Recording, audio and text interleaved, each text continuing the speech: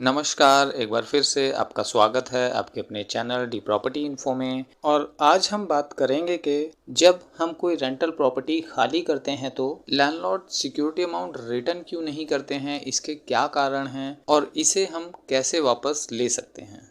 देखिए, इसके कुछ कारण हैं। सबसे पहले इन्हें समझ लेते हैं कि सिक्योरिटी अमाउंट रिटर्न क्यों नहीं करते या फिर डिडक्शन करते हैं। जिसमें से सबसे पहला कारण है समय से पहले प्रॉपर्टी को खाली करना। यानी कि अगर किसी टेनेंट ने घर 1 साल के लिए लिया है तो 3, 4, 5 महीनों में ही घर को खाली कर देना। ऐसे में लैंडलॉर्ड को रिपेयरिंग करवानी पड़ती है, फ्लैट की दोबारा से पेंट करवाना पड़ता है और दोबारा से फिर ब्रोकरेज देना पड़ता है। और इसमें समय से पहले ही लैंडलॉर्ड को टाइम भी खर्च करना पड़ता है और पैसे भी। लेकिन ये तभी वैलिड माना जाता है जब एग्रीमेंट में लॉक इन पीरियड पड़ा हो। यानी कि अगर लॉक इन पीरियड 6 मंथ का है तो टेनेंट को 6 मंथ फ्लैट में रहना ही रहना है।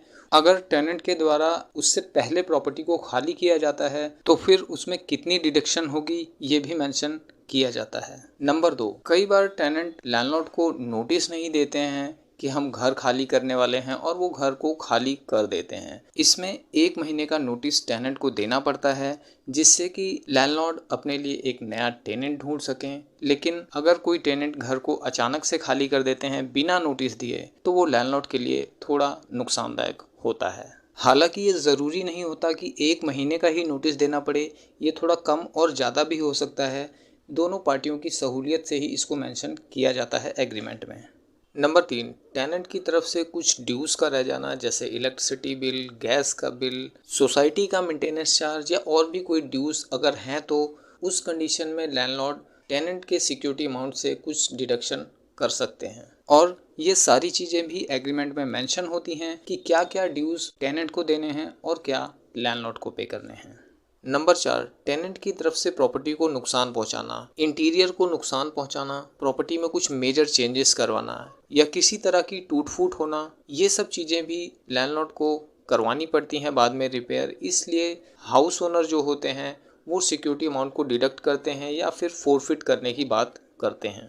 हालांकि इसमें कोई माइनर वेयर एंड टियर नहीं आते हैं, जैसे कि अगर पेंट थोड़ा गंदा है या फ्लोरिंग थोड़ी गंदी हो गई है तो थोड़ा बहुत ये सब चीज़ें चलती हैं। जनरली इसमें कोई ज़्यादा डिडक्शन नहीं होता है। वैसे तो सबसे पहले आपको अपने एग्रीमेंट को अच्छे से पढ़ लेना चाहिए कि आपने एग्रीमेंट साइन करते हुए किन किन टर्म्स को एग्री किया है, उसके हिसाब से ही ये सारी चीज़ें वैलिड होती हैं। और अगर इन चारों चीज़ों के सही होते हुए भी कोई लैंडलॉर्ड आपकी पेमेंट रोकते हैं या उसमें ज़्यादा डिडक्शन करते हैं तो आप कुछ स्टेप फॉलो कर सकते हैं। वैसे तो टेनेंट को चाहिए कि जब भी वो प्रॉपर्टी को हैंडओवर करें तभी वो अपने सिक्योरिटी अमाउंट को लैंडलॉर्ड से ले लें और हिसाब क्लियर कर लें। और कई बार लैंडलॉर्ड 1-2 दिन का टाइम भी मांग लेते हैं पैसों को अरेंज करने के लिए, तो उस केस में आप एक पीडीसी चेक भी ले सकते हैं उनसे। वैसे तो आपको कोशिश करनी चाहिए कि आप दोनों के रिलेशनशिप ख़राब ना हो, और अगर फिर भी आपकी प्रॉब्लम सॉल्व नहीं होती है तो आप उन्हें एक लीगल नोटिस भिजवा सकते हैं। इससे सामने वाले व्यक्ति को ये पता चल जाता है कि आप एक्शन मोड में हैं और इससे आपकी प्रॉब्लम सॉल्व हो सकती है। और अगर फिर भी आप इसी सिचुएशन में बने रहते हैं तो आप सिविल केस भी फाइल कर सकते हैं। और इसके लिए आपके पास पुख्ता सबूत भी होने चाहिए जिससे कि आपका पक्ष मजबूत हो सके।